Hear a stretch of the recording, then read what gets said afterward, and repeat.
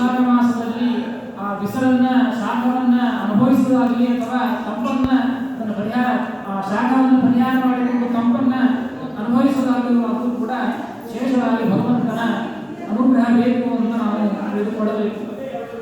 ಇನ್ನೊಂದು ನಾವು ತಿಳಿದುಕೊಳ್ಳಬೇಕಾದ್ರೆ ಯಾವುದೇ ಒಬ್ಬ ವ್ಯಕ್ತಿಯಿಂದ ನಮಗೆ ಏನಾದರೂ ಕಷ್ಟ ಆಗ್ತಾ ಇದೆ ಅಂದರೆ ಆ ವ್ಯಕ್ತಿಯನ್ನು ಸ್ತೋತ್ರ ಮಾಡಿದರೆ ಸಾಕು, ಆ ವ್ಯಕ್ತಿಯನ್ನು ಕೊಂಡಾಡಿದರೆ ಸಾಕು, ಆ ವ್ಯಕ್ತಿ ನಮ್ಮ ಮೇಲೆ ಪ್ರೀತನಾಗ್ತಾನೆ. ಏನೋ ಒಬ್ಬ ವ್ಯಕ್ತಿ ತಪ್ಪು ಕೆಲಸ ಮಾಡಿದ್ದಾನೆ, ರಾಜ ಆ ವ್ಯಕ್ತಿಯನ್ನು ಬಂಧನದಲ್ಲಿ ಇಟ್ಟಿದ್ದಾನೆ. ಬಂಧನದಲ್ಲಿ ಇಟ್ಟಾಗ ಆ ವ್ಯಕ್ತಿ ಏನು ಮಾಡಬೇಕು? ಆ ರಾಜನನ್ನು ಸ್ತೋತ್ರ ಮಾಡಿದರೆ ಆ ವ್ಯಕ್ತಿಯನ್ನು ಬಂಧನದಿಂದ ಮುಕ್ತನನ್ನಾಗಿ ಮಾಡ್ತಾನೆ. ಆ ರೀತಿಯಾಗಿ ನಾವು ಯಾರನ್ನೇ ಒಬ್ಬರನ್ನ ನಮ್ಮ ಮೇಲೆ ಅವರನ್ನ ಪ್ರೀತಿಗೊಳಿಸಬೇಕು ಅಂದರೆ ಅವರ ಸ್ತೋತ್ರವನ್ನು ಮಾಡಬೇಕು, ಅವರ ಮಹಿಮೆಯನ್ನ ಕೊಂಡಾಡಬೇಕು ಅಂತ ಈ ರೀತಿಯಾಗಿ ತಿಳಿಸುವಂತೆ ಈ ಪ್ರಸಂಗದೊಳಗೆ ಬಿಸಿಲಿನ ಕಾಲ ಅಂತಹ ಯಾವ ಬಿಸಿಲನ್ನು ಸೂರ್ಯ ಕೊಡ್ತಾನೋ ಅಂತಹ ಸೂರ್ಯನ ಒಂದು ವಂಶವನ್ನು, ಸೂರ್ಯ ಯಾವ ರೀತಿಯಾದಂತಹ ವಂಶದಲ್ಲಿ ಬಂದ ಆ ಸೂರ್ಯನ ಮುಂದೆ ಯಾವ್ಯಾವ ವ್ಯಕ್ತಿಗಳು ಹುಟ್ಟಿದ್ರು ಈ ಎಲ್ಲ ವಂಶವನ್ನು ಕೂಡ ತಿಳಿಸುವಂತಹ ಒಂದು ಸ್ಕಂದ ಅಂದರೆ ಅದು ನವಮಸ್ಕಂದ. ಭಾಗವತದಲ್ಲಿ ಬರುವಂತಹ ನವಮಸ್ಕಂದದಲ್ಲಿ ವೈವಸ್ವತ ಮನುವಿನ ಒಂದು ಚರಿತ್ರೆಯನ್ನು ಹೇಳ್ತಾರೆ. ಆ ವೈವಸ್ವತ ಮನು ಅಂದರೆ ಸೂರ್ಯನ ಮಗ ವೈವಸ್ವತ ಮನು ಅಂತ ಈ ರೀತಿಯಾಗಿ ಹೇಳ್ತಾರೆ. ಈ ಸೂರ್ಯನ ಒಂದು ಸೂರ್ಯ ಯಾವ ರೀತಿಯಾಗಿ ತಾನು ಯಾವ ಒಂದು ವಂಶದಲ್ಲಿ ಪರಂಪರೆಯಲ್ಲಿ ಬಂದ ಎಂಬುದನ್ನು ತಿಳಿದುಕೊಳ್ಳಬೇಕಾದರೆ ಶುಕಾಚಾರ್ಯರು ಪರೀಕ್ಷಿತರಾಜರಿಗೆ ಹೇಳಿದಂತಹ ಒಂದು ವಿಚಾರ, ಜಗತ್ತಿನ ಸೃಷ್ಟಿಯ ಆದಿ ಕಾಲದಲ್ಲಿ ಇನ್ನೂ ಜಗತ್ತಿನ ಸೃಷ್ಟಿಯಾಗಿಲ್ಲ, ಎಲ್ಲ ಕಡೆಗೂ ನೀರು ತುಂಬಿದೆ. ಅಂತಹ ಪ್ರಸಂಗದೊಳಗೆ ಭಗವಂತ ಮಾತ್ರ ಒಬ್ಬನೇ ಒಬ್ಬ ಭಗವಂತ ತಾನು ಆ ಒಂದು ಸಮುದ್ರದಲ್ಲಿ ಅನೇಕ ರೀತಿಯಾದಂಥ ಜಲಾಶಯದಲ್ಲಿ ಭಗವಂತ ಒಡಪತ್ರಶಾಲಿಯಾಗಿ ತಾನು ಮಲಗಿಕೊಂಡಿದ್ದಾನೆ. ಮಲಗಿಕೊಂಡು ಮೊಟ್ಟ ಮೊದಲಿಗೆ ಭಗವಂತ ತಾನು ಸೃಷ್ಟಿಯನ್ನು ಮಾಡಿದ್ದು ಅಂದರೆ ಅದು ಬ್ರಹ್ಮದೇವರನ್ನ ಸೃಷ್ಟಿ ಮಾಡಿದ ಭಗವಂತ. ಸಯೇವಾಸೀಜಿದಂ ವಿಶ್ವಂ ಕಲ್ಪಾಂತೇನ್ಯನ್ನ ಕಿಂಚನ ತಸ್ಯ ನಾಭೇ ಉದಸ್ತಾತ್ ಸ ಪದ್ಮಕೋಶೇ ಹಿರಣ್ಮಯಃ ತಸ್ಮಿನ್ ಯಸ್ಮಿನ್ ಜಗ್ನಿ ಮಹಾರಾಜ ಸ್ವಯಂಭೂ ಚತುರಾನನಃ. ಮೊಟ್ಟ ಮೊದಲಿಗೆ ಬ್ರಹ್ಮದೇವರನ್ನ ಭಗವಂತ ಸೃಷ್ಟಿ ಮಾಡಿದ್ದಾನೆ. ಬ್ರಹ್ಮದೇವರನ್ನು ಸೃಷ್ಟಿ ಮಾಡಿ ಆದ ಮೇಲೆ ಮರೀಚಿ ಋಷಿಗಳು, ಬ್ರಹ್ಮದೇವರಿಂದ ಮರೀಚಿ ಋಷಿಗಳು ಅಂತ ಅವರು ಹುಟ್ಟಿದ್ದಾರೆ. ಆ ಮರೀಚಿ ಋಷಿಗಳಿಂದ ಕಶ್ಯಪರು, ಕಶ್ಯಪರಿಂದ ಅದಿತಿ ದೇವಿಯಲ್ಲಿ, ಕಶ್ಯಪರಿಗೆ ಅನೇಕ ಜನ ಹೆಣ್ಣಂದಿರಿದ್ದಾರೆ. ಅದರೊಳಗೆ ಅದಿತಿ ದೇವಿಯಲ್ಲಿ ದೇವತೆಗಳು ಹುಟ್ಟಿದ್ದು, ದಿತಿ ದೇವಿಯಲ್ಲಿ ಅಸುರರು ಹುಟ್ಟಿದ್ದು.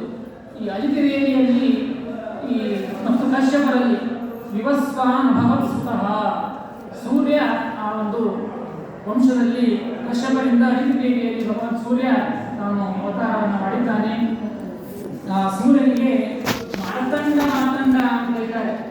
ಸೂರ್ಯನ ಹೆಸರು ಮಾರ್ತಂಡ ಅಂತ ಹೇಳಿ. ಯಾಕೆ ಅಂತಂದ್ರೆ ಈ ಅದಿತಿ ದೇವಿ ತಾನು ತನ್ನ ಸೂರ್ಯನನ್ನು ಗರ್ಭದಲ್ಲಿ ಇಟ್ಕೊಂಡಂತಹ ಪ್ರಸಂಗದೊಳಗೆ ಒಂದು ದಿವಸ ಒಬ್ಬ ಋಷಿಗಳು ಬಂದಂತೆ. ಋಷಿಗಳು ಬಂದು ಆ ತಪಸ್ಸುಗಳು ಸನ್ಯಾಸಿಗಳು ಬಂದು ಭಿಕ್ಷೆಯನ್ನು ಕೇಳಬೇಕು. ಭಿಕ್ಷೆಯನ್ನು ಕೇಳುವಂದ್ರೆ ಈಗಿನ ಭಿಕ್ಷುಕರಲ್ಲ. ಈ ಭಿಕ್ಷುಕರು ನಾವು ಹಾಕುವವರಿಗೆ ಬಿಡೋದೇ ಇಲ್ಲ, ಹಾಕಿಸಿಕೊಂಡೇ ಮುಂದೆ ಹೋಗೋದು. ಆದರೆ ನಿಜವಾದಂತಹ ಭಿಕ್ಷುಕರು ಸನ್ಯಾಸಿಗಳು ಅಂತಂದ್ರೆ ಅವರು ಕಾಯೋದೇ ಇಲ್ಲ. ಶುಕಾಚಾರ್ಯರನ್ನು ಕೇಳ್ತಾರೆ. ಶುಕಾಚಾರ್ಯರ ಬಗ್ಗೆ ಕೇಳುವಾಗ ಅವರು ಸನ್ಯಾಸಿಗಳು ಅನೇಕ ರೀತಿಯಾದಂತಹ ಭಿಕ್ಷೆಯನ್ನು ಬೇಡಿಕೊಂಡು ತಾವು ಜೀವನವನ್ನು ನಡೆಸುವಂತಹ ವ್ಯಕ್ತಿಗಳು.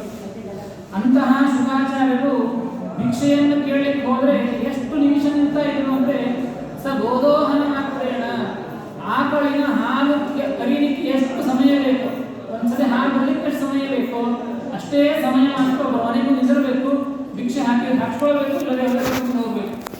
ಈ ರೀತಿಯಾಗಿ ಸನ್ಯಾಸಿಗಳಿರುವಂತಹ ಒಂದು ಪದ್ಧತಿ. ಆ ಪ್ರಸಂಗದೊಳಗೆ ಈ ಅದಿತಿ ದೇವಿ ತಾನು ಸೂರ್ಯನನ್ನ ಒಳಗೆ ಗರ್ಭದಲ್ಲಿ ಇಟ್ಟುಕೊಂಡಂತಹ ಪ್ರಸಂಗದೊಳಗೆ ಋಷಿಗಳನ್ನು ಭಿಕ್ಷೆಯನ್ನು ಕೇಳಿದ್ದಾರೆ. ಭಿಕ್ಷೆಯನ್ನು ಕೇಳಿದರೆ ಆ ಅದಿತಿ ದೇವಿ ಗರ್ಭವತಿಯಾಗಿದ್ದಾಳೆ, ಸ್ವಲ್ಪ ಬರಲಿಕ್ಕೆ ಸಮಯ ಆಗ್ತಾ ಇದೆ. ಅದಕ್ಕೆ ಆ ಋಷಿಗಳು ಶಾಪ ಕೊಟ್ಟರಂತೆ, ನಿನ್ನ ಒಳಗೆ ಏನು ಗರ್ಭ ಇದೆಯಲ್ಲ ಆ ಗರ್ಭ ಅಲ್ಲೇ ಮೃತವಾಗಿ ಹೋಗಲಿ ಅಂತ ಹೇಳಿ. ಏನ್ ಮಾಡಬೇಕು? ಋಷಿಗಳ ಶಾಪವಾಗಿದೆ, ಆದರೆ ಅವಳು ಬೇಗಂತೆ ಮಾಡಿಲ್ಲ. ಏನೋ ಒಂದು ತನ್ನ ಗರ್ಭಾವಸ್ಥೆಯಲ್ಲಿ ಇದ್ದುದಕ್ಕೆ ಬೇಗನೆ ಬರಲಿಕ್ಕಾಗಿಲ್ಲ ಅಂತ ಹೇಳಿ ತಾನು ಸ್ವಲ್ಪ ಸಮಯ ಮಾಡಿದ್ದಕ್ಕೆ ಶಾಪವನ್ನು ಕೊಟ್ಟಿದ್ದಾರೆ. ನಿನ್ನ ಒಳಗಿರುವಂತಹ ಅಂಡ ಆ ಗರ್ಭ ಏನಿದೆಯಲ್ಲ ಮೃತವಾಗಿ ಹೋಗಲಿ ಅಂತ ಹೇಳಿದರೆ ಹೋಗಿ ಕಶ್ಯಪರಿಗೆ ಹೋಗಿ ತಾನು ಪ್ರಾರ್ಥನೆಯನ್ನು ಮಾಡಿದ್ದಾಳೆ. ಹೀಗೆ ಆ ಋಷಿಗಳ ಶಾಪವಾಗಿದೆ ಅಂತ ಹೇಳಿದಾಗ ಕಶ್ಯಪರು ವಿಶೇಷವಾಗಿ ಅನುಗ್ರಹವನ್ನು ಮಾಡಿ ಏನೋ ನೀನು ಚಿಂತೆ ಮಾಡಬೇಡ, ಒಳಗೆ ಮೃತವಾದರೂ ಕೂಡ ಭಗವತ್ ಶಕ್ತಿಯಿಂದ ಆ ಗರ್ಭವನ್ನು ಮತ್ತೆ ಜೀವಂತವನ್ನಾಗಿ ಮಾಡಿದ್ದಾರೆ. ಅದಕ್ಕಾಗಿ ಸೂರ್ಯನಿಗೆ ಮೃತಂಡ ಮಾರ್ತಂಡ ಅಂತ ಕರೆಯೋದು. ಒಳಗೆ ಮೃತವಾಗಿ ಅಂಡ ಇದ್ದುದಕ್ಕೆ, ಹಾಗೆ ಹುಟ್ಟಿದ್ದಕ್ಕೆ ಆ ಸೂರ್ಯನನ್ನ ಮಾರ್ತಂಡ ಅಂತ ಕರೆಯೋದು. ಅಂತಹ ಸೂರ್ಯ, ಆ ರೀತಿಯಾಗಿ ಸೂರ್ಯ ವಿಶೇಷವಾಗಿ ಕಶ್ಯಪರ ಒಂದು ಅಜಿತದೇವಿಯರ ವಿಶೇಷವಾಗಿ ಸಂತಾನವಾಗಿದೆ. ಆ ರೀತಿಯ ಮಗನಾಗಿ ಹುಟ್ಟಿದ್ದಾನೆ ಸೂರ್ಯ. ಆ ಸೂರ್ಯನ ವಂಶದಲ್ಲಿ ಒಬ್ಬ ವ್ಯಕ್ತಿ ಬರ್ತಾನೆ. ಸೂರ್ಯನ ಹೆಂಡತಿಯರಿದ್ದಾರೆ ಸಂಜ್ಞಾದೇವಿ ಮತ್ತು ಛಾಯಾ ಅಂತೇಳಿ. ಆ ಸಂಜ್ಞಾದೇವಿಯಲ್ಲಿ ವಿಶೇಷವಾಗಿ ಈ ವೈವಸ್ವತವನು, ಸೂರ್ಯನಿಗೆ ಒಬ್ಬ ಮಗ ಹುಟ್ಟಿದ್ದಾನೆ ವೈವಸ್ವತ ಅಂತೇಳಿ. ವಿವಸ್ವತನ ಮಗನಾದ್ದರಿಂದ ಅವನನ್ನ ವೈವಸ್ವತ ಅಂತ ಕರೆಯೋದು. ನಾವು ಈ ಇದ್ದದೇ ಮನ್ವಂತರ ವೈವಸ್ವತ ಸಂಕಲ್ಪದಲ್ಲಿ ಹೇಳ್ತೇವೆ, ವೈವಸ್ವತ ಮನ್ವಂತರೇ ಕಲಿಯುಗೆ ಪ್ರಥಮ ಚರಣೆ ಅಂತೇಳಿ.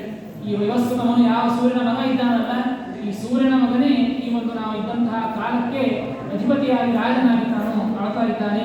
ಅಂತಹ ಸೂರ್ಯ ಪುತ್ರನಾಗಿ ವೈವಸ್ವತನು ತಾನು ಹುಟ್ಟಿದ್ದಾನೆ.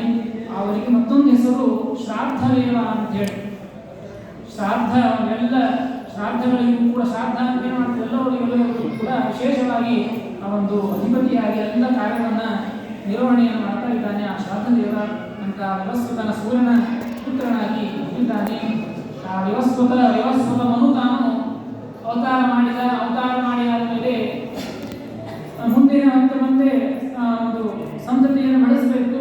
ಆ ರಾಜ್ಯವನ್ನು, ಇಡೀ ಒಂದು ಭೂಮಂಡಲವನ್ನ ರಾಜ್ಯವನ್ನು ನಡೆಸಬೇಕು ಅಂತಂದರೆ ಒಳ್ಳೆಯ ಸಂತಾನವನ್ನು ಹೊಂದಬೇಕು, ಒಳ್ಳೆಯ ಪುತ್ರ ಸಂತಾನ ಆಗಬೇಕು. ಯಾವುದೇ ಒಬ್ಬ ಸಾಮಾನ್ಯ ಒಂದು ಕುಲದಲ್ಲಿ ಇದ್ದಂತಹ ವ್ಯಕ್ತಿಗೇನೆ ಒಂದು ಆಸೆ ಇರ್ತದೆ, ನಮ್ಮ ಕುಲ ನಮ್ಮ ವಂಶ ನಿಂತು ಹೋಗಬಾರದು, ಇದೇ ರೀತಿಯಾಗಿ ಮತ್ತೆ ಗಂಡು ಸಂತಾನವಾಗಿ ಮತ್ತೆ ಆ ಸಂತತಿ ಬೆಳೆದುಕೊಂಡು ಹೋಗಬೇಕು ಅಂತ ಒಂದು ಎಲ್ಲರಿಗೂ ಕೂಡ ಆಸೆ ಇರುವಾಗ ದೊಡ್ಡದಾದಂತಹ ಒಂದು ವಂಶ ವೈವಸ್ವತ ಮನುವಿನ ಸೂರ್ಯನ ವಂಶ, ಅಂತಹ ಸೂರ್ಯನ ವಂಶ ನಿಲ್ಲಬಾರದು, ವಿಶೇಷವಾಗಿ ಇನ್ನೂ ಅನೇಕ ರೀತಿಯಾದಂತಹ ಪ್ರಜೆಗಳ ಸೃಷ್ಟಿಯಾಗಬೇಕು ಅಂತಹ ಪ್ರಸಂಗದೊಳಗೆ ಒಬ್ಬ ವಿಶೇಷವಾದಂತಹ ಗಂಡು ಸಂತಾನವಾಗಬೇಕು ಅಂತ ವಿಚಾರವನ್ನು ಮಾಡಿದ್ದಾನೆ ವೈವಸ್ವತವನು. ವಿಚಾರವನ್ನು ಮಾಡಿ ತನ್ನ ಕುಲಪುರೋಹಿತರು, ಸೂರ್ಯವಂಶದ ಕುಲಪುರೋಹಿತರು ಅಂದರೆ ವಸಿಷ್ಠ ಋಷಿಗಳು, ಆ ವಸಿಷ್ಠ ಋಷಿಗಳಿಗೆ ಹೋಗಿ ತಾನು ಪ್ರಾರ್ಥನೆಯನ್ನು ಮಾಡ್ತಾನಂತೆ. ವಿಶೇಷವಾಗಿ ನನಗೆ ಗಂಡು ಸಂತಾನವಾಗಬೇಕು, ಅದಕ್ಕೆ ನೀವು ಯಜ್ಞವನ್ನು ಮಾಡಿಸಿ ದೇವತೆಗಳ ಒಂದು ಅನುಗ್ರಹವನ್ನು ನನಗೆ ಕೊಡಿಸಿ ಗಂಡು ಸಂತಾನವನ್ನು ಕರುಣಿಸಿಕೊಡಬೇಕು ಅಂತ ಆ ವೈವಸ್ವತವನು ತಾನು ವಸಿಷ್ಠರಿಗೆ ತಾನು ಪ್ರಾರ್ಥನೆಯನ್ನು ಮಾಡಿದಾಗ ಆಗಲಿ ಅಂತ ಹೇಳಿ ಆ ವಸಿಷ್ಠ ಋಷಿಗಳು ಅಪ್ರಸ್ಯ ಮನೋಪೂರ್ವಂ ವಸಿಷ್ಠೋ ಭಗವಾನ್ ಕಿಲ ಮಿತ್ರಾವರುಣಯೋರಿಷ್ಟಿಂ ಪ್ರಜಾರ್ಥಂ ಅಪರೋತ್ವಿಭು. ಆ ವಸಿಷ್ಠ ಋಷಿಗಳು ಒಂದು ಯಜ್ಞವನ್ನು ಹೇಳಿದ್ದಾರೆ ಮಿತ್ರಾವರುಣ ಅಂತ ಹೇಳಿ.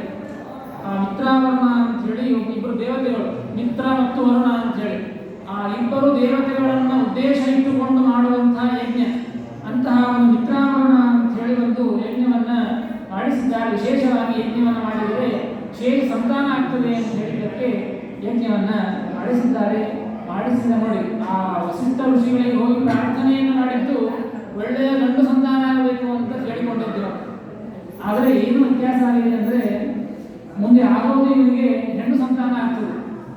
ಯಾಕೆ ಅಂತಂದರೆ ಶುಕ್ರಾಚಾರ್ಯ ತಿಳಿಸ್ತಾರೆ ಪರೀಕ್ಷಿತರಾಗಲಿ, ಯಾವಾಗ ವಸಿಷ್ಠ ಋಷಿಗಳಿಗೆ ಹೋಗಿ ಕೇಳಿಕೊಂಡಿದ್ದನೋ ಅಷ್ಟರೊಳಗೇನೆ ಈ ಶ್ರಾದ್ದದೇವ ವೈವಸ್ವತ ಮನುವಿನ ಹೆಂಡತಿ ಶ್ರದ್ಧಾದೇವಿ ಅಂತೇಳಿ, ಆ ಶ್ರದ್ಧಾದೇವಿ ಹೋಗಿ ಆ ಯಾರು ಯಜ್ಞವನ್ನು ಮಾಡ್ತಾರಲ್ಲ ವಸಿಷ್ಠರು ನಿಂತು ಮಾಡಿಸೋರು, ಆ ಮಾಡುವಂತಹ ಅನೇಕ ಹೋತೃಗಳು, ಪ್ರತಿಹೋತ, ಉದ್ಘಾತ ಅಂತ ಹೀಗೆ ಯಜ್ಞದಲ್ಲಿ 4-5 ಜನ ಇರ್ತಾರೆ.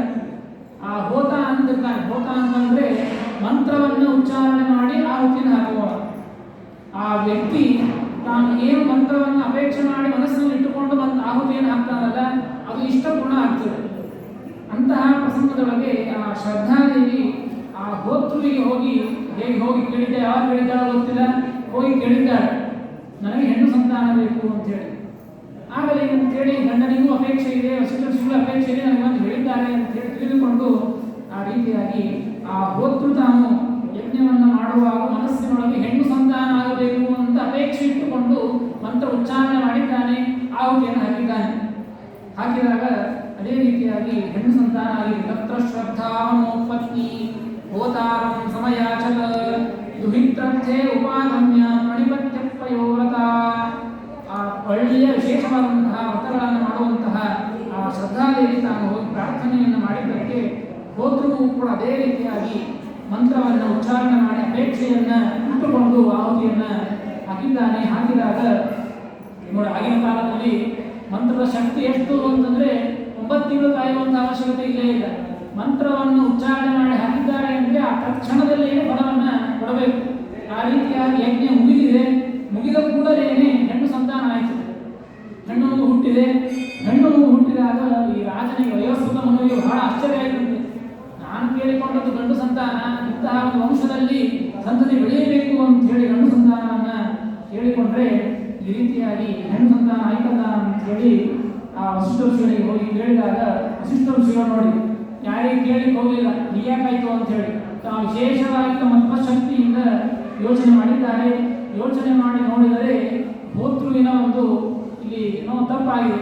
ಹೋತು ತಾನು ಆ ರೀತಿಯಾಗಿ ಕರೆದದ್ದಕ್ಕೆ ಆ ಮನಸ್ಸನ್ನು ಇಟ್ಟುಕೊಂಡು ಆ ಮಂತ್ರವನ್ನು ಉಚ್ಚಾರಣೆ ಮಾಡಿ ಹಾಕಿದ್ದಕ್ಕೆ ಈ ರೀತಿಯಾದಂತಹ ತಪ್ಪಾಗಿದೆ ಅಂತ ಹೇಳಿ ಆ ವಸಿಷ್ಠ ಋಷಿಗಳಿಗೆ ಗೊತ್ತಾಗಿದೆ. ದಾಸರು ತಿಳಿಸ್ತಾರೆ, ಹೋತಾತ್ಮಯನೇ ನಿನ್ನಾಧೀನ ಈ ಜಗವೆಲ್ಲ ಯಾತರವನಾನಯ್ಯ ಇಂದಿರೇಶ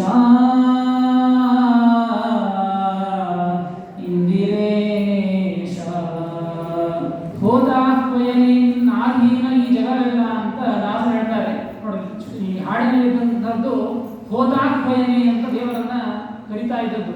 ಹೋತ ಅಂದರೆ ಮಂತ್ರವನ್ನು ಉಚ್ಚಾರಣೆ ಮಾಡಿ ಆಹುತಿಯನ್ನು ಹಾಕುವಂತಹ ವ್ಯಕ್ತಿಗೆ ಹೋತ ಅಂತ ಕರೀತಾರೆ.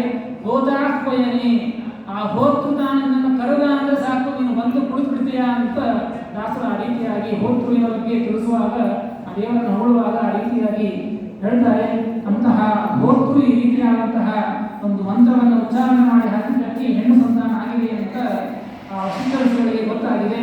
ಆ ವ್ಯವಸ್ಥಕ ಮನುವಿಗೂ ಕೂಡ ವಿಚಾರವನ್ನು ತಿಳಿಸಿದ್ದಾರೆ. ನನ್ನ ಹೆಂಡತಿ ಈ ರೀತಿಯಾಗಿ ಪ್ರಾರ್ಥನೆಯನ್ನ ಮಾಡಿಕೊಂಡಿದ್ದಕ್ಕೆ ಎಲ್ಲ ಆ ಹೆಣ್ಣು ಸಂತಾನ ಆಗಿದೆ ಅಂತ ಹೇಳಿದಾಗ, ಆಗಲಿ ಈಗಂತೂ ಹೆಣ್ಣು ಸಂತಾನ ಆಗಿದೆ, ಏನಾದರೂ ಗೊತ್ತಿಲ್ಲ ನನಗೆ ಮಾತ್ರ ಗಂಡು ಸಂತಾನ ಬೇಕು ಅಂತ ನಾನು ಕೇಳಿದ್ದೇನೆ, ಆ ಗಂಡು ಸಂತಾನವನ್ನು ನನಗೆ ಕರುಣಿಸಿಕೊಡಿ ಅಂತ ಆ ವಯೋಸ್ವತ ಮನು ತಾನು ವಸಿಷ್ಠ ಋಷಿಗಳಿಗೆ ತಾನು ಪ್ರಾರ್ಥನೆಯನ್ನು ಮಾಡಿ ಕೇಳಿದ್ದಕ್ಕೆ ನೋಡಿ ಎಷ್ಟು ಶಕ್ತಿ ಅಂದರೆ ತಪಸ್ಸಿನ ಶಕ್ತಿ, ಆ ಋಷಿಗಳ ಶಕ್ತಿ, ಮಂತ್ರದ ಶಕ್ತಿ. ಇಂದಿಗೂ ಕೂಡ ಮಂತ್ರಗಳಲ್ಲಿ ಶಕ್ತಿ ಇಲ್ಲ, ಮಂತ್ರ ಸುಳ್ಳು ಅಂತ ಮಂತ್ರ ಅಪ್ರಾಮಾಣಿಕ ಅಂತ ಹೇಳುವಂತೆ ಇಲ್ಲ. ಮಂತ್ರವನ್ನ ಉಚ್ಚಾರಣೆ ಮಾಡಲಿಕ್ಕೆ ಒಂದು ಅಧಿಕಾರ ಇರಬೇಕು. ಯಾರ್ಯಾರೋ ಮಂತ್ರವನ್ನು ಉಚ್ಚಾರಣೆ ಮಾಡಿ ಅದು ಕೆಲಸ ಆಗಿಲ್ಲ ಅಂದರೆ ಮಂತ್ರೇ ಸರಿ ಇಲ್ಲ ಅಂತ ಅನ್ಬಾರ್ದು. ಆ ಮಂತ್ರ ಅನ್ನೋರು ಹೇಗಿದ್ದಾರೆ, ಆ ಮಂತ್ರದ ಅರ್ಥವನ್ನು ಹೇಗೆ ತಿಳಿದುಕೊಂಡಿದ್ದಾರೆ, ಎಲ್ಲವನ್ನ ತಿಳಿದುಕೊಂಡಾಗ ಮಾತ್ರ ಅದಕ್ಕೆ ಫಲ ಸಿಗ್ತದೆ. ಇಲ್ಲದೆ ಹೋದರೆ ಏನೂ ಫಲ ಸಿಗೋದಿಲ್ಲ. ಆ ರೀತಿಯಾಗಿ ವಸಿಷ್ಠ ಋಷಿಗಳು ತಾನು ವಿಶೇಷವಾಗಿ ಮಂತ್ರವನ್ನು ತಿಳಿದಂತಹ ವ್ಯಕ್ತಿಗಳು ಆ ಮಂತ್ರವನ್ನು ತಿಳಿದುಕೊಂಡು ಮತ್ತೆ ವಿಶೇಷವಾಗಿ ಭಗವಂತನ ಪ್ರಾರ್ಥನೆಯನ್ನು ಮಾಡಿದ್ದಾರೆ. ಭಗವಂತನಿಗೆ ಮೊರೆ ಹೊಕ್ಕಿದ್ದಾರೆ. ತಸ್ಮೈ ಕಾಮವರಂ ತುಷ್ಟೋ ಭಗವಾನ್ ಹರೀಶ್ವರ ದದಾ ವಿಳಾಭವತ್ತೇನ ಸದ್ಯುಮ್ನ ಪುರುಷ ಋಷಭ. ಆ ವಸಿಷ್ಠ ಋಷಿಗಳು ತಾವು ಭಗವಂತನಿಗೆ ಮೊರೆ ಹೊಕ್ಕಾಗ ಭಗವಂತ ವಿಶೇಷವಾಗಿ ವಸಿಷ್ಠ ಋಷಿಗಳ ಒಂದು ಆ ಪ್ರಾರ್ಥನೆಗೆ ಹೋಗೊಟ್ಟು ವಿಶೇಷವಾಗಿ ಹೆಣ್ಣು ಸಂತಾನವನ್ನು ಮತ್ತೆ ಗಂಡು ಸಂತಾನವನ್ನಾಗಿ ಮಾಡಿದ್ದಾರೆ. ನಾವು ಯಾರೋ ಭಗವಂತನಿಗೆ ಹೋಗಿ ಪ್ರಾರ್ಥನೆ ಮಾಡ್ತೇವೆ ಅಂದರೆ ಭಗವಂತನಿಗೆ ಕ್ಯಾರೆ ಮಾಡಿಲ್ಲ ನಮಗೆ. ಅದಕ್ಕೆ ಹೇಳೋದು, ಏನೇ ಒಂದು ಕರ್ಮವನ್ನು ಮಾಡಬೇಕಾದ್ರೂ, ಏನೇ ಒಂದು ಸಮರ್ಪಣೆಯನ್ನು ಮಾಡಬೇಕಾದರೂ ಕೂಡ ಗುರುದ್ವಾರ ಮಾಡಬೇಕು ಅಂತ ಹೇಳೋದು. ಗುರುಗಳ ಮುಖಾಂತರವಾಗಿ ಮಾಡಬೇಕು. ಯಾಕೆ ಅಂದರೆ ನಮಗೆ ಡೈರೆಕ್ಟ್ ಆಗಿ ದೇವರ ಹತ್ತಿರ ಹೋಗುವಂತಹ ಶಕ್ತಿ ಇರೋದೇ ಇಲ್ಲ. ಭಗವಂತ ನಮ್ಮನ್ನು ಲೆಕ್ಕನೆ ಮಾಡೋದಿಲ್ಲ.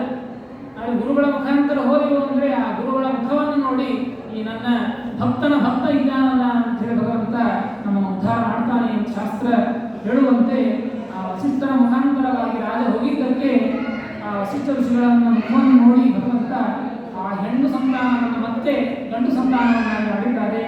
ಆ ಹೆಣ್ಣಾದಾಗ ಆ ಸಂತಾನಕ್ಕೆ ಇಳ ಅಂತ ಹೆಸರಿಟ್ಟಿದ್ರು. ಏನು ವಯಸ್ಸದ ಮನುವಿನ ಮಗಳಿದ್ದಾರಲ್ಲ ಅವಳಿಗೆ ಇಳ ಅಂತ ಹೆಸರಿಟ್ಟಿದ್ರು. ಯಾವಾಗ ಮತ್ತೆ ಭಗವಂತನ ಅನುಗ್ರಹದಿಂದ ಗಂಡು ಸಂತಾನ ಆಯ್ತಲ್ಲ, ಹೆಣ್ಣೇ ಗಂಡಾಯ್ತು, ಮತ್ತೊಂದಲ್ಲ, ಮತ್ತೊಂದು ಗಂಡು ಸಂತಾನ ಅಲ್ಲ. ಯಾವ ಇಳ ಹೆಣ್ಣು ಹುಟ್ಟಿದ್ಲಲ್ಲ ಅವಳೇ ಹೆಣ್ಣೆ ಗಂಡಾಗಿ ಮತ್ತೆ ಪರಿವರ್ತನೆಯನ್ನು ಹೊಂದಿದ್ದ ಭಗವಂತ ಅನುಗ್ರಹದಿಂದಾಗಿ ಆ ಗಂಡಾದಾಗ ಸುದ್ಯುಮ್ನ ಅಂತ ಆ ಮಗಳಿಗೆ ಹೆಸರನ್ನ ಇಟ್ಟಿದ್ದಾರೆ. ಈ ಕಡೆ ಮಗಳಿಗೆ ಇಳ ಅಂತ ಇದ್ದು ಸುದ್ಯುಮ್ನಾಗಿ ಪರಿವರ್ತನೆಯನ್ನ ಹೊಂದಿದ್ದಾರೆ. ಹೀಗೆ ಆ ವ್ಯವಸ್ಥಿತ ಮಗುವಿಗೆ ಬಹಳ ಸಂತೋಷ ಆಯಿತು. ನನ್ನ ಒಂದು ವಿಶೇಷವಾಗಿ ಪ್ರಾರ್ಥನೆಯಂತೆ ನಾನು ಆಸೆಯನ್ನು ಪಟ್ಟಂತೆ ಗಂಡು ಸಂತಾನ ನನಗೆ ಆಯ್ತಲ್ಲ ಅಂತ ಸಂತೋಷವನ್ನು ಪಡ್ತಾ ಇದ್ದಾನೆ. ಒಂದು ದಿವಸ ಸುದ್ಯುಮ್ನ ಬೆಳೆದು ಸ್ವಲ್ಪ ವಯಸ್ಸಿಗೆ ಬಂದಿದ್ದಾನೆ. ವಯಸ್ಸಿಗೆ ಬಂದಂತಹ ಪ್ರಸಂಗದೊಳಗೆ ತನ್ನ ಅನೇಕ ಸೈನಿಕರನ್ನು ಕರೆದುಕೊಂಡು, ಮಂತ್ರಿಗಳನ್ನು ಕರೆದುಕೊಂಡು ಕುದುರೆಯ ಮೇಲೆ ನಾವು ಒಂದು ವನಕ್ಕೆ ಹೋಗಬೇಕು ಅಂತ ಹೇಳಿ ಹೊರಟಿದ್ದಾನೆ. ಅನೇಕ ಸೈನಿಕರನ್ನು ಕರೆದುಕೊಂಡು ಉತ್ತರ ದಿಕ್ಕಿ, ಭಾರತ ದೇಶದ ಉತ್ತರ ದಿಕ್ಕಿನ ಕಡೆಗೆ ತಾನು ಸಂಚಾರವನ್ನು ಪ್ರಾರಂಭ ಮಾಡಿದ್ದಾನೆ. ಹೋಗ್ತಾ ಇದ್ದಾನೆ. ಹೋಗುವಾಗ ಉತ್ತರ ದಿಕ್ಕಿನೊಳಗೆ ಒಂದು ಕಡೆಗೆ ಒಂದು ಸ್ಥಳ ಬಂದಿದೆ, ಸುಕುಮಾರವನ ಅಂತ ಹೇಳಿ. ಆ ಸುಕುಮಾರವನ ಅಂತ ಹೇಳಿ ಆ ವನಕ್ಕೆ ಇವರೆಲ್ಲರೂ ಕೂಡ ಪ್ರವೇಶ ಮಾಡ್ತಾ ಇದ್ದಾರೆ. ಒಬ್ಬನೇ ಅಲ್ಲ, ಕುದುರೆಯ ಮೇಲೆ ಕುಳಿತುಕೊಂಡು ಈ ಸುದ್ಯುಮ್ನ ಹೊರಟಿದ್ದಾನೆ, ಶಸ್ತ್ರಾಸ್ತ್ರ ಹಿಡಿದುಕೊಂಡು. ಅನೇಕ ರೀತಿಯಾದಂತಹ ಮಂತ್ರಿಗಳು, ಅನೇಕ ರೀತಿಯಾದಂತಹ ಸೈನಿಕರು ಎಲ್ಲರೂ ಕೂಡ ಆ ಸುಕುಮಾರವನವನ್ನು ಪ್ರವೇಶ ಮಾಡಿದ್ದಾರೆ. ಪ್ರವೇಶ ಮಾಡಿದ ಕೂಡಲೇ ವಸಿಷ್ಠರು ಬಹಳ ಪ್ರಯತ್ನ ಮಾಡಿ ದೇವರ ಪ್ರಾರ್ಥನೆಯನ್ನು ಮಾಡಿ ಹೆಣ್ಣಿದ್ದನ್ನು ಗಂಡು ಮಾಡಿದ್ದಾರೆ. ಮತ್ತೇನಾಯ್ತು, ದೇವರ ಸಂಕಲ್ಪ ಏನಿತ್ತು ಅಂದರೆ ಮತ್ತೆ ಹೆಣ್ಣಾಗಬೇಕು ಅಂತಿತ್ತು. ಅದಕ್ಕೆ ಮತ್ತೆ ಎಲ್ಲರೂ ಕೂಡ ಸುಕುಮಾರವನವನ್ನು ಪ್ರವೇಶ ಮಾಡಿದ ಕೂಡಲೇ ಆ ಎಲ್ಲರೂ ಕೂಡ ಹೆಣ್ಣಾಗಿ ಬಿಟ್ಟಿದ್ದಾರೆ. ಮತ್ತೆ ಬರೇ ಮನುಷ್ಯರಷ್ಟೇ ಅಲ್ಲ, ಆ ಕುದುರೆಗಳು ಕೂಡ, ಗಂಡು ಕುದುರೆಗಳು ಕೂಡ ಹೆಣ್ಣು ಕುದುರೆಗಳಾಗಿ ಆ ಪರಿವರ್ತನೆಯನ್ನು ಹೊಂದಿವೆ ಅಂತ. ವಾಸು ಸುದ್ಯುಮ್ನ ಪರವೀರ ಅಪಶ್ಯ ಸ್ತ್ರಿಯಮಾತ್ಮಾನಂ ಅಶ್ವಂ ವಾ ವಡವಾಂ ನೃಪ ತಥಾ ತೃಣಮುಗಾ ಸರ್ವ ಆತ್ಮಲಿಂಗ ವಿಪರ್ಯಯಂ ದೃಷ್ಟ್ವಾ ವಿಮನಸೋ ಭೂತಂ ವೀಕ್ಷಮಾಣ ಪರಸ್ಪರಂ. ಎಲ್ಲರೂ ಪುರುಷರಿದ್ದಾರೆ. ಇದ್ದಕ್ಕಿದ್ದಂಗೆ ಒಳಗೆ ಪ್ರವೇಶ ಮಾಡಿದ ಕೂಡಲೇ ಎಲ್ಲರೂ ಹೆಣ್ಣಾಗಿ ಬಿಟ್ಟಿದ್ದಾರೆ. ಪರಸ್ಪರ ನೋಡಿಕೊಳ್ತಾ ಇದ್ದಾರೆ. ಬಹಳ ಆಶ್ಚರ್ಯ ಆಗ್ತಾ ಇದೆ, ಒಂದು ಕಡೆಗೆ ದುಃಖ ಆಗ್ತಾ ಇದೆ. ಏನು ನಾವೆಲ್ಲರೂ ಕೂಡ ಹೆಣ್ಣಾಗಿ ಬಿಟ್ಟಿಲ್ಲ ಅಂತ ಹೇಳಿ ಎಲ್ಲರಿಗೂ ಕೂಡ ಬಹಳ ದುಃಖವಾಗ್ತಾ ಇದೆ. ಮನಸ್ಸಿಗೆ ಬಹಳ ನೋವನ್ನು ಅನುಭವಿಸ್ತಾ ಇದ್ದಾರೆ. ಅಂತಹ ಪ್ರಸಂಗದೊಳಗೆ ಆಗಲಿ ದೇವರ ಇಚ್ಛೆ ಅಂತ ಹೇಳಿ ಅದೇ ರೀತಿಯಾಗಿ ಸುಮ್ಮನೆ ಕುಳಿತುಕೊಂಡಿದ್ದಾರೆ. ಯಾಕೆ ಹೀಗಾಯಿತು ಅಂತ ಆ ಪರೀಕ್ಷಿತರಾದ ಶುಕಾಚಾರ್ಯ ಕೇಳ್ತಾರೆ.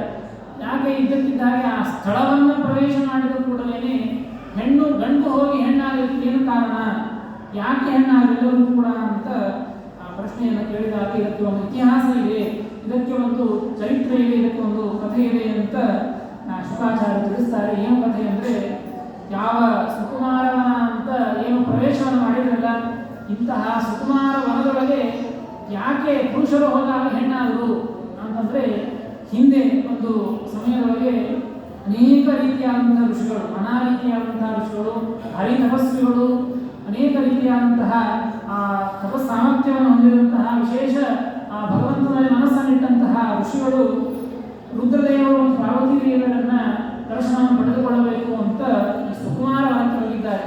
ಸುಕುಮಾರ ವನದಲ್ಲಿಯೇ ರುದ್ರದೇವರು ತಾನು ಆ ವಾಸವನ್ನು ಮಾಡ್ತಾ ಇರುವಂತಹ ವಿಚಾರವನ್ನು ತಿಳಿದುಕೊಂಡು ಆ ಋಷಿಗಳು ದರ್ಶನಕ್ಕೆ ಹೋಗಿದ್ದಾರೆ. ದರ್ಶನಕ್ಕೆ ಹೋದಾಗ ಅಲ್ಲಿ ಪಾರ್ವತಿ ಮತ್ತು ರುದ್ರದೇವ ಇಬ್ಬರಿಗೂ ಕೂಡ ರಮಣವನ್ನು ಮಾಡ್ತಾ ಇದ್ದಾರೆ, ಸಂಭೋಗವನ್ನು ಮಾಡ್ತಾ ಇದ್ದಾರೆ. ನಾನಾ ರೀತಿಯಾದಂಥ ವಿಹಾರವನ್ನು ಮಾಡುವಂತಹ ಪ್ರಸಂಗದೊಳಗೆ ಈ ಎಲ್ಲ ಋಷಿಗಳು ಕೂಡ ಇದ್ದಕ್ಕಿದ್ದಂಗೆ ಹೇಳಿಲ್ಲ ಕೇಳಿಲ್ಲ, ರುದ್ರದೇವರ ದರ್ಶನವನ್ನು ಪಡೆದುಕೊಳ್ಳಬೇಕು, ಅವರಿಗೆ ನಮಸ್ಕಾರ ಮಾಡಬೇಕು, ಅವರ ಭೇಟಿಯನ್ನಾಗಬೇಕು ಅಂತ ಒಂದು ಆಜ್ಞೆಯನ್ನು ತೆಗೆದುಕೊಳ್ಳದೇನೆ ಆ ಒಂದು ಅವರ ಸ್ಥಳವನ್ನು ಪ್ರವೇಶ ಮಾಡಿಬಿಟ್ಟಿದ್ದಾರೆ. ಸ್ಥಳವನ್ನು ಪ್ರವೇಶ ಮಾಡಿದಾಗ ಆ ಪಾರ್ವತಿ ದೇವಿ ಸ್ವಲ್ಪ ಮುಜುಗರ ಆಯಿತಂತೆ. ಆ ರೀತಿಯಾದಂತಹ ಪ್ರಸಂಗದೊಳಗೆ ಮುಜುಗರ ಆಗಿದ್ದಕ್ಕೆ ಪಾರ್ವತಿ ದೇವಿ ರುದ್ರದೇವರಿಗೆ ಹೇಳಿದಾಗ ರುದ್ರದೇವರು ಹೇಳಿದಂತೆ ಅವತ್ತು ಮಾತು ಕೊಟ್ಟರಂತೆ, ಇನ್ನು ಇಲ್ಲಿ ಯಾರಾದರೂ ಕೂಡ ನಮ್ಮ ಅನುಜ್ಞೆಯನ್ನು ಪಡೆದುಕೊಳ್ಳದೇನೆ ಇಲ್ಲಿ ಕಾಲನ್ನು ಇಟ್ಟರೆ ಅವರು ನಿನಗೆ ಸಂಕೋಚ ಆಗಬಾರದು. ಅದಕ್ಕೆ ಹೆಣ್ಣುಗಳಿಗೆ ಸಂಕೋಚ ಆಗೋದಿಲ್ಲ, ಗಂಡಸರಿಗೆ ಸಂಕೋಚ ಆಗ್ತಿರೋದಕ್ಕಾಗಿ ಯಾವ ಪುರುಷರೇ ಬಂದರೂ ಕೂಡ ನಿನಗೆ ಸಂಕೋಚ ಆಗಬಾರದು ಅನ್ನೋ ಸಲುವಾಗಿ ಇಲ್ಲಿ ಪುರುಷರು ಯಾರಾದರೂ ಕಾಲಿಟ್ಟರೆ ಸಾಕು ಎಲ್ಲರೂ ಕೂಡ ಹೆಣ್ಣಾಗಬೇಕು ಅಂತ ರುದ್ರದೇವರು ಪಾರ್ವತಿ ದೇವಿಗೆ ಮಾತನ್ನು ಕೊಟ್ಟಿದ್ದಾರೆ. ಮಾತನ್ನು ಕೊಟ್ಟಿದ್ದಕ್ಕೆ ಏನು ಅವತ್ತಿನ ದಿವಸ ಮಾತನ್ನು ಕೊಟ್ಟರಲ್ಲ, ಆ ಮಾತಿಗೆ ಅನುಗುಣವಾಗಿ ಈ ರುದ್ರದೇವರ ಒಂದು ವಿಶೇಷವಾದಂತಹ ಮಾತಿಗೆ ಆ ಎಲ್ಲ ಋಷಿಗಳು ಕೂಡ ಅವತ್ತಿನ ದಿವಸ ದರ್ಶನವನ್ನು ದೂರಿಂದ ದರ್ಶನವನ್ನು ಪಡೆದುಕೊಂಡು ಮುಜುಗರದಿಂದ ಅವರು ಕೂಡ ಬದರಿಕಾಶ್ರಮಕ್ಕೆ ಹೋಗಿದ್ದಾರೆ. ಇಷ್ಟು ಅಲ್ಲಿಗೆ ಕಥೆ ಮುಗಿದದ್ದು. ಆದರೆ ಆ ಒಂದು ಶಾಪನೋ ಏನು ಮಾತೋ ಏನೋ ಒಂದು ಆ ಪಾರ್ವತಿ ಕೊಟ್ಟಿದ್ದಕ್ಕೆ, ಆ ರೀತಿಯಾದಂತಹ ಪ್ರಸಂಗ ಇದ್ದಿದ್ದಕ್ಕೆ ಈ ಏನು ಸುದ್ಯುಮ್ನ ತನ್ನ ಎಲ್ಲ ಪರಿವಾರದ ಜೊತೆಗೆ ಬಂದಿದ್ದಕ್ಕೆ ಹೇಳದೆ ಕೇಳದೆ ಅನುಜ್ಞೆಯನ್ನು ಪಡೆದುಕೊಳ್ಳದೇನೆ ಅಲ್ಲಿ ಪ್ರವೇಶ ಮಾಡಿದ್ದಕ್ಕೆ ಎಲ್ಲರೂ ಕೂಡ ಆ ಪುರುಷರು ಸ್ತ್ರೀಯರಾಗಿ ಪರಿವರ್ತನೆಯನ್ನು ಹೊಂದಿದ್ದಾರೆ. ಈ ರೀತಿಯಾಗಿ ವಿಚಾರವನ್ನು ಶುಕಾಚಾರ್ಯರು ಪರೀಕ್ಷಿತ ರಾಜರಿಗೆ ತಿಳಿಸಿದ್ದಾರೆ. ಈ ಕಡೆಗೆ ಸುದ್ಯುಮ್ನ ಎಲ್ಲರೂ ಸ್ತ್ರೀಯರಾಗಿದ್ದಾರೆ. ಸ್ತ್ರೀಯರಾದಂತಹ ಪ್ರಸಂಗಗಳಿಗೆ ಬಂದು ಮತ್ತೆ ನನ್ನ ಅಪ್ಪನ ಮುಂದೆ ಬಂದಿದ್ದ ಆ ವ್ಯವಸ್ಥೆಯ ಮುಂದೆ ಮುಂದೆ ನಾನು ಮತ್ತೆ ಈ ಹೆಣ್ಣಾಗಿದ್ದೇನೆ ಏನು ಅಂತ ವಿಚಾರ ಮಾಡಿದಾಗ ಎಲ್ಲ ವಿಚಾರವನ್ನು ಕೂಡ ವಸಿಷ್ಠರಿಂದ ತಿಳಿದುಕೊಂಡಿದ್ದಾರೆ. ಆಗಲಿ ಅಂತ ಹೇಳಿ ಮತ್ತೆ ಈ ಹೆಣ್ಣು ಸಂತಾನ ಗಂಡು ಸಂತಾನ ಆಗಬೇಕು, ಆ ವ್ಯವಸ್ಥೆಯನ್ನು ತಲೆಯಲ್ಲಿ ಇದ್ದದ್ದು ಒಂದೇ, ಗಂಡಾಗಬೇಕು ಅಂತ ಹೇಳಿ ಅದಕ್ಕೆ ಮತ್ತೆ ವಸಿಷ್ಠ ಋಷಿಗಳಿಗೆ ಹೋಗಿ ಪ್ರಾರ್ಥನೆಯನ್ನ ಮಾಡಿದ್ದಾನೆ. ಅಷ್ಟರೊಳಗೆ ಏನು ಹೆಣ್ಣಾಗಿದ್ದಲ್ಲ, ಸುದ್ಯುಮ್ನ ಹೋಗಿ ಮತ್ತೆ ಇಳ ಆಗಿದ್ದಲ್ಲ, ಇಳ ಆದಂತಹ ಪ್ರಸಂಗದೊಳಗೆ ಈ ವನದಲ್ಲಿ ಸಂಚಾರ ಮಾಡುವಂತಹ ಪ್ರಸಂಗದೊಳಗೆ ಒಬ್ಬ ಚಂದ್ರನ ಮಗ ಬುಧ ಅಂತ ಹೇಳಿ ನಾವು ಬುಧವಾರ ಅಂತ ಹೇಳ್ತೇವಲ್ಲ, ಬುಧವಾರ ಅಂದರೆ ಬುಧನ ಚಂದ್ರನ ಮಗ ಬುಧ, ಆ ಬುಧವಾರ ಆ ಬುಧ ತಾನು ಸಂಚಾರವನ್ನು ಮಾಡ್ತಾ ಈ ಯಾವ ಈ ಇಳಾದೇವಿ ತಾನು ವನದಲ್ಲಿ ಸಂಚಾರ ಮಾಡ್ತಾ ಇದ್ದಾಳೋ ಅಂತಹ ವನದಲ್ಲಿ ಆ ಒಂದು ಬುಧನು ಕೂಡ ಬಂದಿದ್ದಾನೆ. ಪರಸ್ಪರವಾಗಿ ಇಬ್ಬರಿಗೂ ಕೂಡ ಪ್ರೀತಿ ಹುಟ್ಟಿದೆ. ಇಳಾದೇವಿಗೂ ಮತ್ತು ಬುಧನಿಗೂ ಕೂಡ ಪ್ರೀತಿ ಹುಟ್ಟಿದಕ್ಕೆ ಪರಸ್ಪರವಾಗಿ ವಿವಾಹವನ್ನ ಆಗಿದ್ದಾರೆ. ನೋಡಿ, ಯಾವ ಸುದ್ಯುಮ್ನ ತಾನು ಹೆಣ್ಣಾದಾಗ ಬುಧನನ್ನ ಮದುವೆ ಮಾಡಿಕೊಂಡಿದ್ದಾಳೆ. ಮದುವೆ ಮಾಡಿಕೊಂಡು ಅಲ್ಲಿ ಸಂತಾನವನ್ನು ಪಡೆದಿದ್ದಾಳೆ, ಪುರೂರವ ಅಂತ ಹೇಳಿ. ಸತಸ್ಯಾಂ ಜನಯಾಮಾಸ ಪುರೂರವ ಸಮಾತ್ಮಜಂ ಏವಂ ಸ್ತ್ರೀತ್ವಂ ಅನುಪ್ರಾಪ್ತಃ ಸುದ್ಯುಮ್ನೋ ಮಾನವೋ ನೃಪಃ ತಸ್ಮಾರ ಸ್ವಕುಲಾಚಾರ್ಯಂ ವಸಿಷ್ಠಂ ಇತಿ ಶೃಣಃ. ಅಲ್ಲಿ ಬುಧನ ಮದುವೆಯನ್ನು ಮಾಡಿಕೊಂಡು ಅಲ್ಲಿ ಸಂತಾನವನ್ನು ಪಡೆದುಕೊಂಡು ಮತ್ತೆ ಮತ್ತೆ ಮರಳಿ ಮನೆಗೆ ಬಂದಿದ್ದಾಳೆ. ಬಂದು ವಸಿಷ್ಠ ಋಷಿಗಳಿಗೆ ತನ್ನ ಅಪ್ಪನ ಮುಂದೆ ನಿಂತಾಗ ಮತ್ತೆ ಪ್ರಾರ್ಥನೆಯಂತೆ ವಸಿಷ್ಠ ಋಷಿಗಳು ಹೋಗಿ ನೋಡಿ ಮತ್ತೆ ಚೇಂಜ್ ಮಾಡಬಹುದಾಗಿತ್ತು, ಭಗವಂತನ ಸ್ತೋತ್ರವನ್ನು ಮಾಡಿ ಮತ್ತೆ ಹೆಣ್ಣನ್ನ ಗಂಡು ಮಾಡಬಹುದಾಗಿತ್ತು. ಆದರೆ ಹಾಗೆ ಮಾಡಲಿಲ್ಲ. ಯಾಕೆ ಅಂದರೆ ರುದ್ರದೇವರ ಶಾಪವಾಗಿದೆ ಇವರಿಗೆ. ಯಾಕೆ ಅಂದರೆ ಅವರ ಸ್ಥಳವನ್ನು ಹೇಳದೆ ಕೇಳದೆ ಪ್ರವೇಶ ಮಾಡಿದ್ದಕ್ಕೆ ರುದ್ರದೇವರ ಶಾಪ ಇದೆ. ಆ ಶಾಪವನ್ನು ಧಿಕ್ಕರಿಸುವಂತೆ ಇಲ್ಲ. ರುದ್ರದೇವರು ಮಹಾನುಭಾವರು, ವಸಿಷ್ಠ ಋಷಿಗಳಿಗಿಂತ ಕೂಡ ಉತ್ತಮರು. ಅಂತಹ ರುದ್ರದೇವರ ಮಾತನ್ನ ತಿರಸ್ಕಾರ ಮಾಡಿ ಹೆಣ್ಣಿದ್ದನ್ನು ಮತ್ತೆ ಗಂಡು ಮಾಡಲಿಕ್ಕೆ ಅದು ಶಾಸ್ತ್ರ ವಿರುದ್ಧ ಅಂತ ತಿಳಿದುಕೊಂಡು ಮತ್ತೆ ಹೋಗಿ ಆ ರುದ್ರದೇವರಿಗೆ ಹೋಗಿ ಪ್ರಾರ್ಥನೆಯನ್ನು ಮಾಡಿದ್ದಾರೆ. ನಿಮ್ಮ ಒಂದು ವಿಶೇಷವಾದಂತಹ ಈ ಸ್ಥಳದಲ್ಲಿ ಪ್ರವೇಶ ಮಾಡಿದ್ದಕ್ಕೆ ಈ ಸುದ್ಯುಮ್ನ ಇಳ ಆಗಿ ಮತ್ತೆ ಹೆಣ್ಣಾಗಿ ಚೇಂಜ್ ಆಗಿದ್ದಕ್ಕೆ ಮತ್ತೆ ನೀವು ಅನುಗ್ರಹವನ್ನು ಮಾಡಬೇಕು ಅಂತ ಹೇಳಿದರೆ ರುದ್ರದೇವರು ಹೇಳಿದಂತೆ ಯಾವುದೇ ಒಂದು ಶಾಪವಾಗಲಿ ವರವಾಗಲಿ, ಶಾಪವನ್ನು ಕೊಟ್ಟರೆ ಮುಗಿದೋಯ್ತು, ವರವನ್ನು ಕೊಟ್ಟರೆ ಮುಗಿದೋಯ್ತು, ಮತ್ತೆ ಅದನ್ನು ಸಂಪೂರ್ಣವಾಗಿ ಹಿಂದೆ ಪಡೆದುಕೊಳ್ತೇವೆ ಎಂದು ಪಡೆದುಕೊಳ್ಳಿ ಬರೋದಿಲ್ಲ. ಸ್ವಲ್ಪ ಅದರಲ್ಲಿ ಸಂತೋಷ ಮಾಡಬಹುದೇ ಹೊರತು ಸಂಪೂರ್ಣವಾಗಿ ಅದನ್ನು ಕಳಲಿಕ್ಕೆ ಬರೋದಿಲ್ಲ. ಅದಕ್ಕಾಗಿ ಆ ರುದ್ರದೇವರು ಒಂದು ಶಾಪವನ್ನು ಕೊಟ್ಟು ಬಿಟ್ಟು ಆಗಿರೋದಕ್ಕಾಗಿ ಒಂದು ವರವನ್ನು ಕೊಡುವುದಾದರೆ ಒಂದು ವಿಚಾರವನ್ನು ತಿಳಿಸ್ತೇನೆ. ನೀವು ಕೇಳಿಕೊಳ್ತಾ ಇದ್ದದ್ದಕ್ಕೆ ಗಂಡು ಬೇಕು ಅಂತ ಹೇಳಿದ್ದಕ್ಕೆ ಒಂದು ವಿಚಾರವನ್ನು ತಿಳಿಸ್ತೇನೆ. ಏನು ವಿಚಾರ ಅಂದರೆ, ನಿನ್ನ ಏನು ವ್ಯವಸ್ಥಿತ ಮಗುವಿನ ಮಗಳೋ ಮಗನೋ ಗೊತ್ತಿಲ್ಲ, ಈಗ ಹೆಣ್ಣಾಗಿದ್ದಾಳೆ ಮಗಳು ಅಂತ ಇಟ್ಕೊಳ್ಳಿ. ಆ ಮಗಳು ಏನಿದ್ದಾಳಲ್ಲ, ಆ ಮಗಳು 1 ತಿಂಗಳು ಹೆಣ್ಣಾಗ್ತಾನೆ, 1 ತಿಂಗಳು ಗಂಡಾಗ್ತಾನೆ. ಹೀಗೆ ಮಾಸದಿಂದಾಗಿ ಮಾಸಂ ಪುಮಾಂಸ ಭವಿತ ಸ್ತ್ರೀ ಮಾಸಂ ತಪಸಾತವ ಅಂದರೆ 6 ತಿಂಗಳು ಹೆಣ್ಣು 6 ತಿಂಗಳು ಗಂಡು. ಈ ರೀತಿಯಾಗಿ ಬೇಕಾದರೆ ನಾನು ಅನುಗ್ರಹವನ್ನು ಮಾಡಿ ಕರುಣಿಸಿಕೊಡ್ತೇನೆ ಅಂತ ಆ ರುದ್ರದೇವರು ವಸಿಷ್ಠ ಋಷಿಗಳಿಗೆ ಹೇಳಿದ್ದಾರೆ. ಆಗಲಿ ಅಂತ ಹೇಳಿ ವಸಿಷ್ಠರ ಒಂದು ಪ್ರಾರ್ಥನೆಗೆ ಹೋಗೊಟ್ಟು ರುದ್ರದೇವರ ವರವನ್ನು ಕೊಟ್ಟಿದ್ದಾರೆ. ಈಗ ವಯಸ್ಸನ್ನು ಕೂಡ ಸ್ವಲ್ಪ ದುಃಖ, ಈಗ ಸ್ವಲ್ಪ ಸಂತೋಷ ಆಗ್ತಾ ಇದೆ. ಹೆಣ್ಣಿದ್ದಕ್ಕೆ ಫುಲ್ ದುಃಖ ಆಗ್ತಾ ಇತ್ತು. ಆದರೆ ಮತ್ತೆ ರುದ್ರದೇವರ ಅನುಗ್ರಹದಿಂದಾಗಿ ಮತ್ತೆ ಒಂದು 6 ವರ್ಷದಲ್ಲಿ 6 ತಿಂಗಳಾದರೂ ಕೂಡ ಗಂಡ ಆಗ್ತಾನಲ್ಲ ಅಂತ ಹೇಳಿ ವಿಚಾರ ಮಾಡಿ ಸಂತೋಷವನ್ನು ಪಟ್ಟಿದ್ದಾರೆ. ಸಂತೋಷವನ್ನು ಪಟ್ಟು ಮುಂದೆ ಅದೇ ರೀತಿಯಾಗಿ ನಡೆದುಕೊಂಡು ಹೋಗ್ತಾ ಇದ್ದಂತಹ ಪ್ರಸಂಗಗಳಿಗೆ ಯಾವಾಗ ಗಂಡಾಗಿದ್ದನಲ್ಲ, ಸುದ್ಯುಮ್ನಾಗಿದ್ದನಲ್ಲ ಅಂತಹ ಪ್ರಸಂಗಗಳು ಕೂಡ ಒಂದು ಕನ್ಯೆಯ ಜೊತೆ ವಿವಾಹವನ್ನು ಮಾಡಿದ್ದಾರೆ. ಒಬ್ಬನಿಗೇನೆ ಈ ರೀತಿಯ ಎದುರು ಕಾಣೋದಿಲ್ಲ. ಒಬ್ಬರಿಗೆ ಕಡೆ ಹೆಣ್ಣಾದಾಗ ಗಂಡು ಇದೆ, ಗಂಡಾದಾಗ ಹೆಣ್ಣು ಜೊತೆ ಮದುವೆಯಾಗಿದೆ. ಈ ರೀತಿಯಾಗಿ ಗಂಡಾದಾಗ ಸುದ್ಯುಮ್ನಾದಾಗ ಒಬ್ಬ ಕನ್ಯೆಯ ಜೊತೆ ವಿವಾಹ ಆದಾಗ ಅಲ್ಲಿ 3 ಜನ ಗಂಡು ಮಕ್ಕಳು ಹುಟ್ಟಿದ್ದಾರೆ. ತಸ್ಯ ಉತ್ಕಲೋಭಯೋರಾಗನ್ ಇಮರಷ್ಟು ಸುತಾಸ್ತ್ರಯ 3 ಜನ ಗಂಡು ಮಕ್ಕಳು ಹುಟ್ಟಿದ್ದಾರೆ. ಅದೇ ರೀತಿಯಾಗಿ ಆ 3 ಜನ ಗಂಡು ಮಕ್ಕಳಿಗೂ ಕೂಡ ಯಥಾಯೋಗ್ಯವಾಗಿ ದಕ್ಷಿಣ ದಿಕ್ಕಿನಲ್ಲಿರ್ತಕ್ಕಂತಹ ಸ್ವಲ್ಪ ರಾಜ್ಯವನ್ನು ಕರುಣಿಸಿಕೊಟ್ಟಿದ್ದಾನೆ. ಈ ರಾಜ್ಯದಲ್ಲಿ ಇದ್ದುಕೊಂಡು ರಾಜ್ಯವನ್ನು ಆಳಬೇಕು ಅಂತ ಹೇಳಿ ಆಜ್ಞೆ ಮಾಡಿ ಕಳಿಸಿದ್ದಾರೆ. ಆದರೆ ಎಲ್ಲ ವ್ಯಕ್ತಿಗಳಿಗೂ ಕೂಡ ಒಂದು ದುಃಖ ಇದೆ. ವಯೋಸ್ಕೃತ ಮನು ತಾನು ರಾಜ್ಯವನ್ನು ಆಳಿ ತನ್ನ ಮಗನಿಗೆ ಸುದ್ಯುಮ್ನನಿಗೆ ಇಡೀ ಒಂದು ಭೂಮಂಡಲದ ರಾಜ್ಯದ ಅಧಿಪತಿಯನ್ನ ಮಾಡಿದಾಗ ಅಂತಹ ರಾಜ್ಯವನ್ನು ನೋಡಿಕೊಳ್ಳಬೇಕು ಅಂದರೆ ಸುಮ್ಮನೇನಲ್ಲ. ಕೇವಲ ಒಂದು ದೇಶವನ್ನು ನೋಡಿಕೊಳ್ಳಬೇಕಾದ್ರೇನೆ ದುಷ್ಟರ ಒಂದು ಆಕ್ರಮಣ ಆಗ್ತಾ ಇರ್ತದೆ, ಎಲ್ಲವನ್ನು ನಿಭಾಯಿಸಬೇಕು, ಒಳಗೆ ಇರ್ತಕ್ಕಂತಹ ಪದಾರ್ಥಗಳನ್ನು ನಿಭಾಯಿಸಬೇಕು, ನಾನಾ ರೀತಿಯಾದಂತಹ ಕರ್ತವ್ಯ ಅದು ರಾಜನಿಗೆ ಇರ್ತದೆ. ಹೀಗಾದಂತಹ ಪ್ರಸಂಗ ಇರುವಾಗ ಈ ಸುದ್ಯುಮ್ನನಿಗೆ ಮಾತ್ರ ನೋಡಿ ಇಡೀ ಭೂಮಂಡಲದ ಒಂದು ಆಳುವಿಕೆ, ಇಡೀ ಭೂಮಂಡಲವನ್ನು ಆಳುವಂತಹ ಪ್ರಸಂಗ, ಅಂತಹ ಪ್ರಸಂಗ ಇದ್ದಾಗ ಕೇವಲ 6 ತಿಂಗಳು ಗಂಡಾದಾಗ ಮಾತ್ರ ಈ ರಾಜ್ಯವನ್ನು ನೋಡಿಕೊಳ್ಳುತ್ತೇನೆ, ಇನ್ನು 6 ತಿಂಗಳು ನೋಡಿಕೊಳ್ಳೋದಿಲ್ಲ ಅಂದರೆ ಹೇಗಾಗಬೇಕು ಪರಿಸ್ಥಿತಿ ನೋಡ್ತಾ ಇದೆ. ಒಂದು ದಿವಸ ಏನಾದರೂ ನಮ್ಮ ರಾಜ್ಯ ಒಂದು ದೇಶದ ಪ್ರಧಾನಮಂತ್ರಿಗಳು ಒಂದು ದಿವಸ ಸುಮ್ಮನೆ ಖಾಲಿ ಕುಳಿತುಕೊಂಡ್ರು ಅಂದರೆ ಅಷ್ಟೇ, ಇಡೀ ಒಂದು ಅನ್ಯ ದೇಶದವರು ನಮ್ಮ ದೇಶದ ಮೇಲೆ ಆಕ್ರಮಣವನ್ನು ಮಾಡಿ ನಮ್ಮನ್ನು ಕೂಡ ನಾಶ ಮಾಡುವಂತಹ ಪ್ರಸಂಗ ಬಂದು ಒದಗುತ್ತದೆ. ಅದಕ್ಕೆ ರಾಜನಾದಂತಹ ವ್ಯಕ್ತಿ ಒಂದು ಕ್ಷಣವೂ ಕೂಡ ಒಂದು ದಿವಸವೂ ಕೂಡ ಸುಮ್ಮನೆ ಕೂರುವಂತಹ ಸಂಗತಿ ಇಲ್ಲ, ಪ್ರಸಂಗ ಇಲ್ಲ.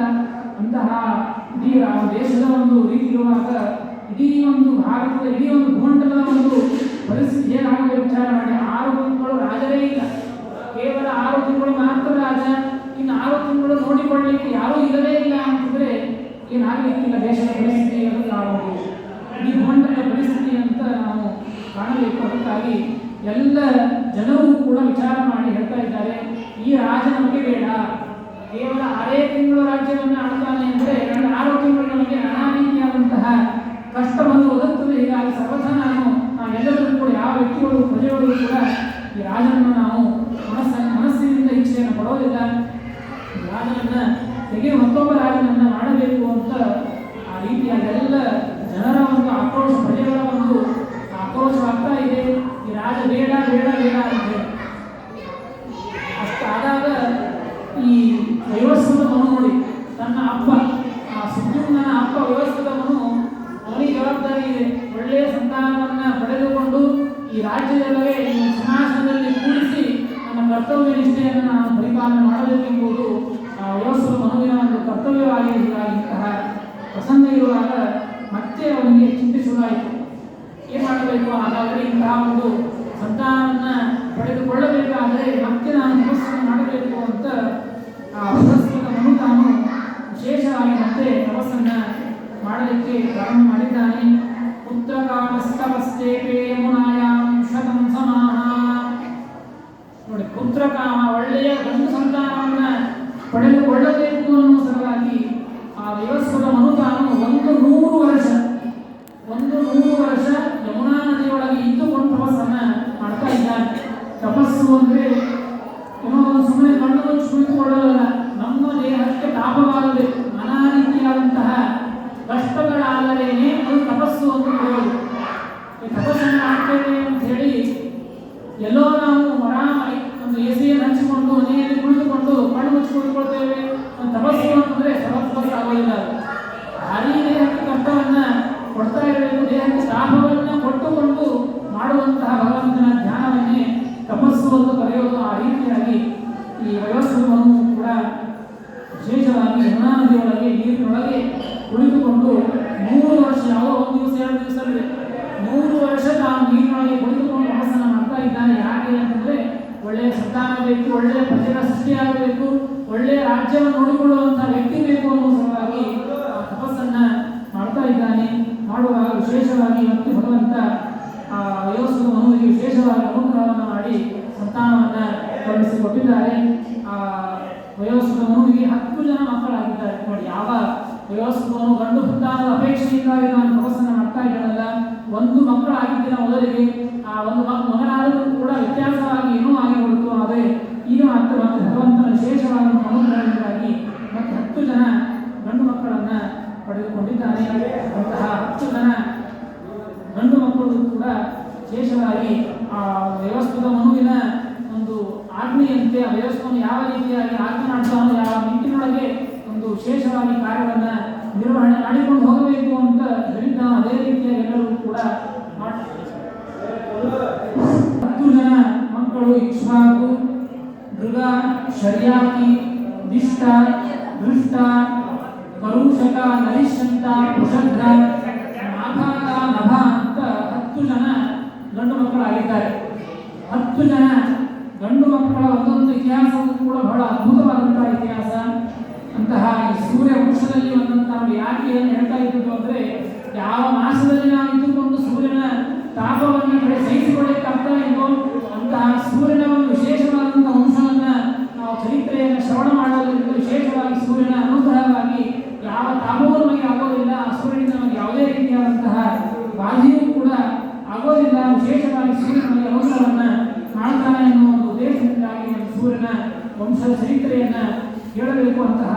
ಈ ಸೂರ್ಯನ ಮಗನಾಗಿ ಹುಟ್ಟಿರುವಂತಹ ವ್ಯವಸ್ವದ ಮನುವಿಗೆ 10 ಜನ ಮಕ್ಕಳು ಹುಟ್ಟಿದ್ದಾರೆ ಅದರ ಬಗ್ಗೆ ಅನೇಕ 10 ಜನ ಮಕ್ಕಳಲ್ಲಿ ಅನೇಕ ವ್ಯಕ್ತಿಗಳ ಒಂದು ವಿಚಾರವನ್ನು ವಿಸ್ತಾರವಾಗಿ ತಿಳಿಸಿಕೊಟ್ಟಿದ್ದಾರೆ. ಕೆಲವು ರಾಜರ ಚರಿತ್ರೆಯನ್ನು ಸಂಕ್ಷಿಪ್ತವಾಗಿ ತಿಳಿಸಿಕೊಟ್ಟರು ಕೂಡ ಕೆಲವು ರಾಜರ ಚರಿತ್ರೆಯನ್ನು ವಿಸ್ತಾರವಾಗಿ ತಿಳಿಸಿಕೊಟ್ಟಿದ್ದಾರೆ. ಅದರ ಬಗ್ಗೆ ಒಬ್ಬ ಕುಶಧ್ನ ಅಂತ ಹೇಳಿ ಈ ಇಕ್ಷ್ವಾಕು ಈ ಒಂದು ವಯೋಸ್ವ ಮನುವಿನ 10 ಜನ ಮಕ್ಕಳಲ್ಲಿ ಕುಶಧ್ನ ಅಂತ ಒಬ್ಬ ಮಗ ಹುಟ್ಟಿದ್ದಾನೆ. ಆ ಕುಶಧ್ನ ಚರಿತ್ರೆಯನ್ನು